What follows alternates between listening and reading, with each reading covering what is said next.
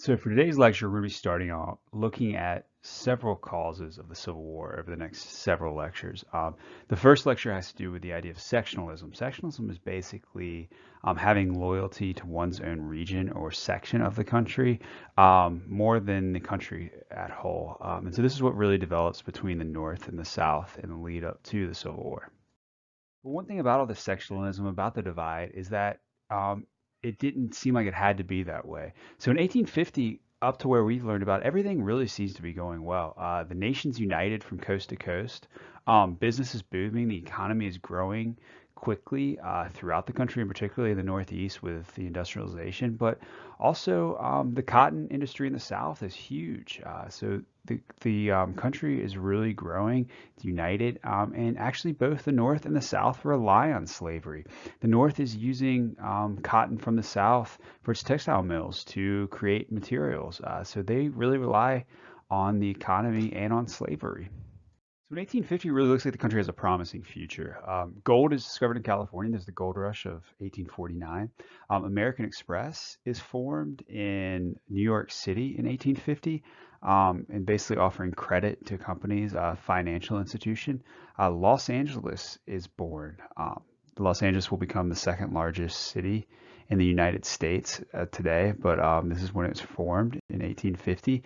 And Chicago is has a population that's growing. Chicago has a population of 30,000 people. So the Midwest, this is a big city in the Midwest. It's growing greatly. If you look through, there's a lot of things that are being invented. Life is getting better for a lot of people. So you look at a couple of inventions here. Blue jeans were invented by Levi Strauss in 1850. The washing machine was invented in 1858, easing cleaning of clothes. The elevator is invented in 1860, so that means that buildings can get taller.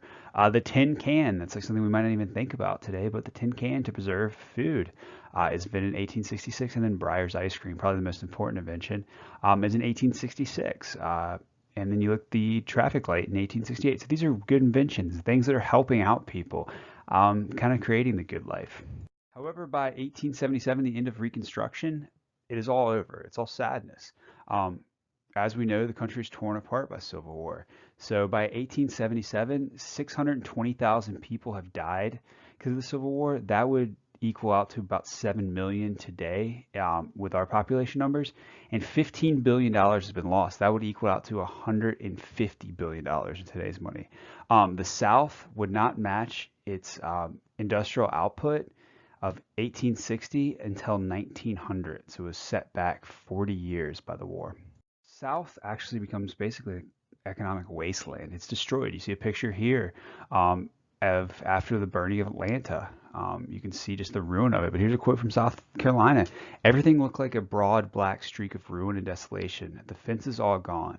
Lonesome smokestacks, surrounded by dark heaps of ashes and cinders, marked the spots where human habitations had stood. The fields along with the roads were wildly overgrown by weeds. There was no corn or cotton left. Basically, the South has been destroyed. The economy of the South is destroyed by the Civil War. It destroyed a lot of lives by killing people, but it destroyed personal lives. Here's a story of Jim and Champ Ferguson. These were brothers in Clinton, Kentucky. Jim joined the Union, and he killed 8 men and boys in local skirmishes. So these were people that were his neighbors. Champ was actually an infamous rebel guerrilla who actually is he's attributed with killing 53 people, including one of his brothers. He was actually put to death after the war for war crimes after the Civil War. But this is not a picture of the two of them, but it shows two brothers here on different sides. So it tore families apart. Families were torn apart. Lives were torn apart by the war. As a result of this movement towards war and as a result of the war, lives really changed. We're going to look at a couple of famous examples of this right now. One of the famous figures from the Civil War era is Frederick Douglass. He was an escaped slave and a spokesman for freedmen. He moved to the North after being an escaped slave, became a figure for the idea of abolition. He actually met with Lincoln and convinced Lincoln to allow former slaves to enlist in the Union Army. And he became an ambassador to Haiti after the Civil War. So he was actually a hugely influential figure in kind of pushing through abolition, pushing through the freedom of slaves, and became an important figure. Robert E. Lee, of course, is the famous Confederate general, but he had graduated second in his class at West Point, was actually the superintendent of West Point, the Army college. Um, when war happened, he actually opposed secession. He did not want the South to secede from the North, to secede from the Union. And he was offered the command of the Union armies when this happened. But instead, he joined the Confederacy to lead the Army of Northern Virginia.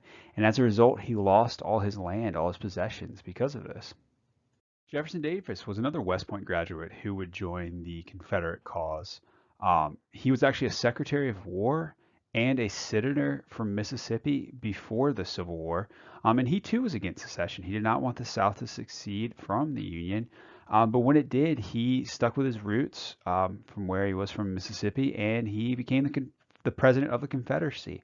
After the Civil War, he was tried for treason and was acquitted, but he was the president of the Confederacy during the war. How the war changed someone like Ulysses S. Grant. He was the son of a poor leather worker. He was actually a failed businessman. He had tried several different ventures, never got off the ground. He actually owned 5 slaves. So you think of this great figure of the Civil War, the victorious Union General Grant was actually a slave owner before the war. And Grant does become the victorious general after several generals of the Union Army fail. Grant takes over and actually leads the Union to victory in the Civil War. And he served as president from 1868 to 1876, based on this reputation of being a famous general and of winning the war. So his life changed greatly. Abraham Lincoln's life changed a lot as a result of this conflict. Lincoln was a son of bankrupt farmers. He'd basically been self-educated. He taught himself. He had been a country lawyer, kind of living off the land, working in the law. He'd been a failed politician. He had failed to really move up in politics. But he actually became the first Republican president in 1860 to 1865. We'll learn more about how Lincoln's rise to power came. And he's often considered one of the best, if not the best president in U.S. history, for freeing the slaves, for winning the Civil War, for preserving the Union. Lincoln's strength is kind of an ideal when we think of presidents. So look at how the war changed him. So in a lot of ways, if we step back on it, the Civil War does not make a whole lot of sense. Contrary to popular belief, most Northerners were racist and actually supported slavery in the Southeast. Most Southerners did not own slaves. So the question becomes, why would the two sides go to war over the issue of slavery? So you have to think, like, people in the North don't mind slavery. They're racist. They don't care. Most Southerners don't own slaves. Why are they going to fight? So what happens? There are a lot of similarities between the North and South. The North and South are part of the same country. It's part of the United States. So they have a common heritage, language, customs. They share the same national government. Both relied on cotton. Cotton's produced in the South and shipped to the North, to where it's refined in textile mills. Both were racist and supported slavery in the Southeast. And farmers actually made up a majority of population in both areas of the North and the South. What we want to focus on is the idea of sectionalism. What were the difference between the North and the South? Both were American, but they were not the same. As we're going to learn, there were several key differences between the two areas. One way of examining the differences, looking at the difference between Floyd, Virginia, and New York City, New York. Life in Floyd is for the good old boys. Hunting's big. Farming's still a big area. Country people. Here's a picture from Floyd. There's few roads and there's hardly any people. You can see the cows and the rolling hills, the mountains. You're not running into a lot of people out here. You have wide open spaces. A lot of these farms have been around for generations. This is a picture from the Floyd Tractor Parade. This is a big yearly event in Floyd. All the people show up and show off their tractors. This is something kind of country farming heritage. So this is part of small town America. This is more of what exists in the South. You see the Floyd County country stores where they get together, usually every Friday night, and play bluegrass. But there's, you can see the amount of people there. There's, maybe 10 people outside, 3 men playing banjos and fiddles and all the good stuff. Contrast that with metropolitan USA, the cities that were growing, in particular New York City, the large metropolises that were growing in the North and the Northeast. New York City and Floyd can be any different. New York City is the land of taxi cabs and congestion. You can't get anywhere in New York. It's noisy all the time if you've ever been to New York. It's essentially a land of strangers. You see on the subway. If you've ever been to New York, People don't acknowledge each other. They put their head down, walk by everything. People bump into each other, don't even make eye contact. You don't know the people around you. You live in a world of strangers. New York is known as the city that never sleeps, and this is true. 24 hours a day, there are people in the streets, cars going, um, signs lit up, places are open. There's always something going on. There's so many people in the city that there's just always something happening 24 hours a day. A lot of other things to do than tractor parades. You have Broadway, the New York Yankees, sporting events, all kinds of things. There's always something to do in New York City. What's really causing the split is really the market revolution we learned about in our last unit. The North is industrializing, moving to cities, and this is causing several things to kind of change and cause the South and the North to move apart.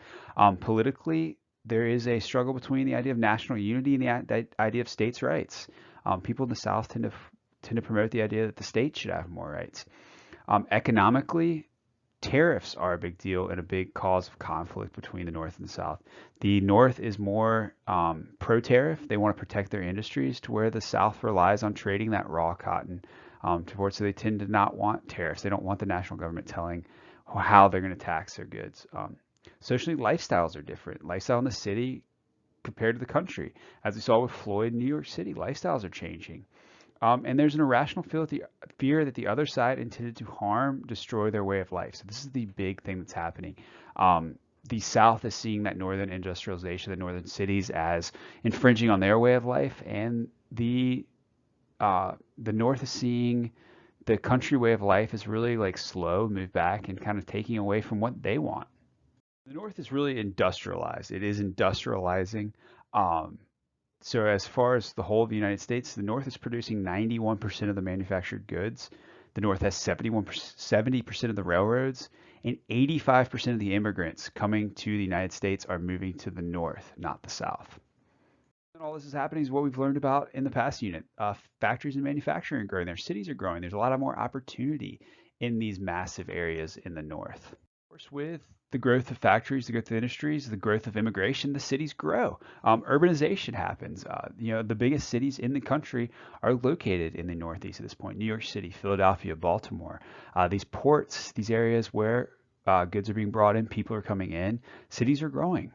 See a picture here from New York City. This is later in the 1800s. We can see the cable cars, the horses on the street, the people growing. There's just way more. The taller buildings. Just life is very different than it would be in the South and the farms. The reason that these areas are growing is there's plenty of job opportunities. There's a variety of jobs in the city, as we know. There are more people, there are more opportunity for jobs. This is where the shipping is. This is a picture from Baltimore, Maryland. Shipping industries, huge factories, growth. More and more people are coming, and this is really changing the lifestyle. The thing is, there's new people coming in. That's said 85% of the immigrants coming to the United States are coming to the North. So there's a lot of different variety. If you've ever been in New York City, you hear different languages. There's tons of different foods. It's kind of that melting pot idea. There's a lot of different things happening because of immigration, because of the amount of people that are coming into these cities, into these areas. And as I pointed out, in New York City, there's more things to do in these northern cities. There's a variety. There's more people. There's more things happening. There's more parks. There's more games. There's more clubs. There's just practically more social life. There's also a great deal because of the immigration. There's a growing diversity in these northern cities. You have a lot of Irish immigrants coming in the 1800s, as well as German immigrants, German and Irish. So you see the leprechaun and the picture from Oktoberfest. So this is people coming over for the opportunity to work in these industrialized cities. But what this is doing is creating that melting pot that I talked about in New York City, where you have a lot of different people from all over the world living together. Changing society, and that women are entering the workplace in the North. Women are working in factories. We learned a little bit about this last time. This is changing life. This is changing the family structure in the North. In a lot of ways, this is causing a breakup in the traditional family. Women are going to work. They're not having kids. They're not raising a family like they had traditionally as much. They're seeking out opportunities in these factories. Growth of industry with the growth of different opportunities to work. It's also leading to more material possessions for people, to where you don't just live on the farm and you have those little things you get at the artisan farm. You're able to buy stuff in a city. You're able to consume things. You get a salary and you can go out to purchase things, not just live off the land. So it's really changing the lifestyle of how people are living in these northern cities. You can see the growth of wealth and the growth of material possessions with these children here, rich kids. These kids have, a fire truck. They have a little toy car. They're well groomed, have clothing. This is something you would see more in the North as possession and wealth grow. For all this is the market economy. In cities, there's a lot of different businesses, a lot of trade happening. There's a lot different services for in exchange for goods, in exchange for money. That's part of the market economy, and so that's really what is changing in these northern states, in these northern cities. Market economy is the growth of convenient technology. You see here cable cars. You're connecting New York City. You have the home washing machine, washing clothes by hand, obviously, but it's still an advancement. It's making life more convenient, making it easier for people in the north. It's happening with market economy, with the growth of immigration, with the diversity that's happening in these northern cities, in these northern states. Life is becoming more complicated. Children are getting better schooling. There are different movements too. There are political movements. You see here, this is a temperance movement to ban alcohol. There's a lot of different people wanting different things. So it's just a change in society. What also occurs in the country, this actually begins about the 1790s, but it builds momentum up into the 1820s, is what's known as the Second Great Awakening. And this is kind of a religious revival movement that begins is kind of as the membership of Baptist and Methodist congregations grew. And what happens is the Second Great Awakening, these religious leaders are leading some of these movements. You saw with the temperance movement, the movement away from alcohol, the women's movement, the idea of women's suffrage is tied into the idea of religious rights, of religious freedom. And then in particular, the abolitionist movement. This religious movement is starting to preach the immorality of slavery. Go back to the South for a minute. Let's look at what life was like in the South. Life in the South tended to be a lot like it had been 100 years before. It was an agriculture-based society. So you see a guy here plowing the fields with his horses. They are getting some technological changes, but their economy is still based on agriculture. People in the South were self-employed and worked the family land. Remember when they came to the United States, they wanted that plot of land. They were the sustenance farmers. So they work the land, they kind of live off the land. They're not going to a factory to work to get money. They're digging in the fields, digging by hand to feed themselves. Family structure tends to be really important. Children were used as workers in the fields. You had to rely on everybody. So you see a family on the left, and you see also a slave family. People had to rely on each other for help on these subsistence farms. To live off the land, you needed all the help you could get. A lot of ways, life in the South is really the simple life. People are living off the land still. It's very laid back. It's kind of how you still see in Floyd, Virginia. Compare this clothing to what you saw with those rich kids. This is high fashion in the South. Most of these clothes were handmade or bought by a local artisan. You're not seeing the fashion, you're not seeing the fancy things you would see in those northern cities. People aren't as concerned about that. We've learned the South is incredibly dependent on cotton. You can see what this represents. Every dot here represents 2,000 bales of cotton. So you can see throughout the deep South, cotton is really king. You can see the growth in production and exports from 1810 to 1860, just how big that is. So in 50 years, just how important cotton is for the South. And of course, we've learned the cotton industry relies on slavery, it relies on slave labor.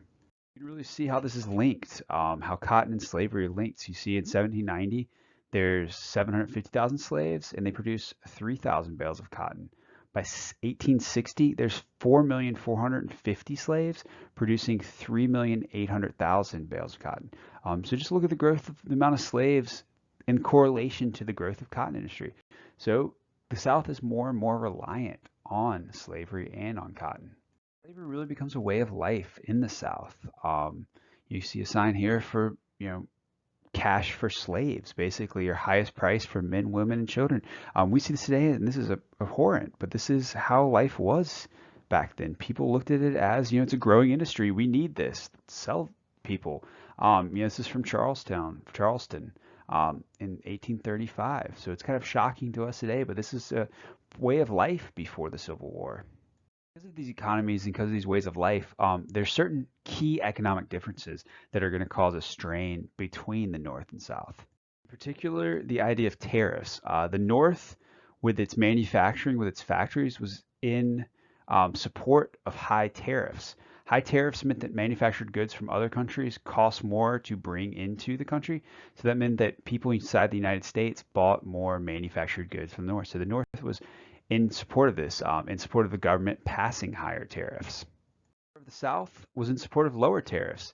Lower tariffs meant that goods are cheaper. When a tariff is passed, it usually means that the cost is passed on to the consumer. So if it costs more to bring something to the country, the business and companies are going to raise the price of something. So tariffs mean cheaper goods for farmers. So these people supported lower tariffs. Of course, this is kind of a microcosm of the idea of different ideas about they had about the nature and role of government. So the North, they see, yes, let's have tariffs, government enforce tariffs to protect our industries. In the South, they're looking at it as government stay out of our business. You do not need to be involved bringing tariffs in, affecting the price of things. So the two sides are really conflicted over how united the country was. This is where you begin to see, we'll dig deeper into this in some later lectures, but there really is becoming a political difference.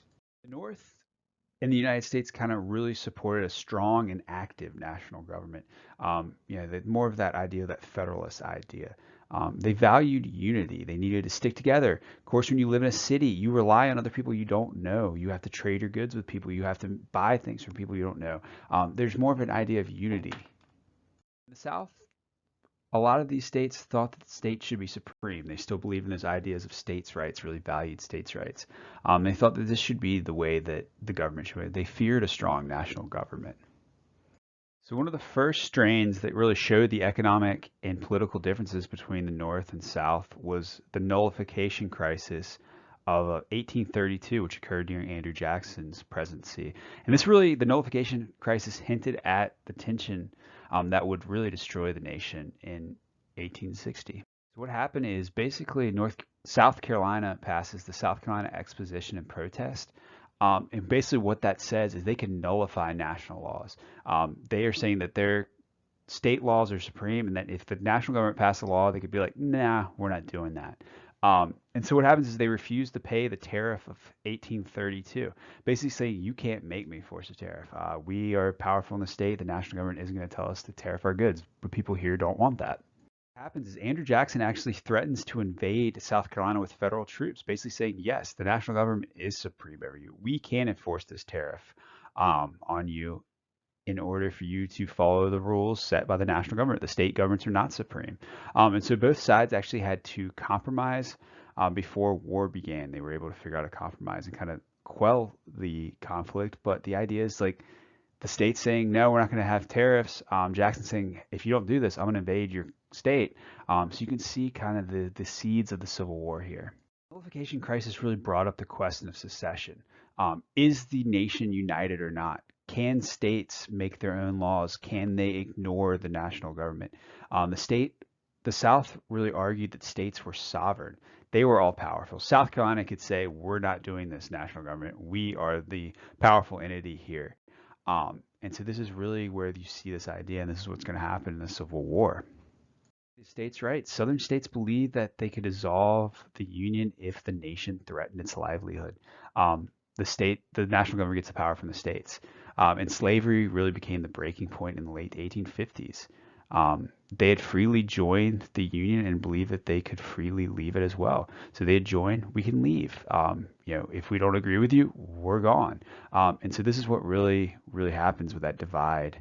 And as we get into the 1850s, and of course with the spark in the 1860s and the Civil War, is this idea of secession, the idea of states' rights, the idea of the power of the national government.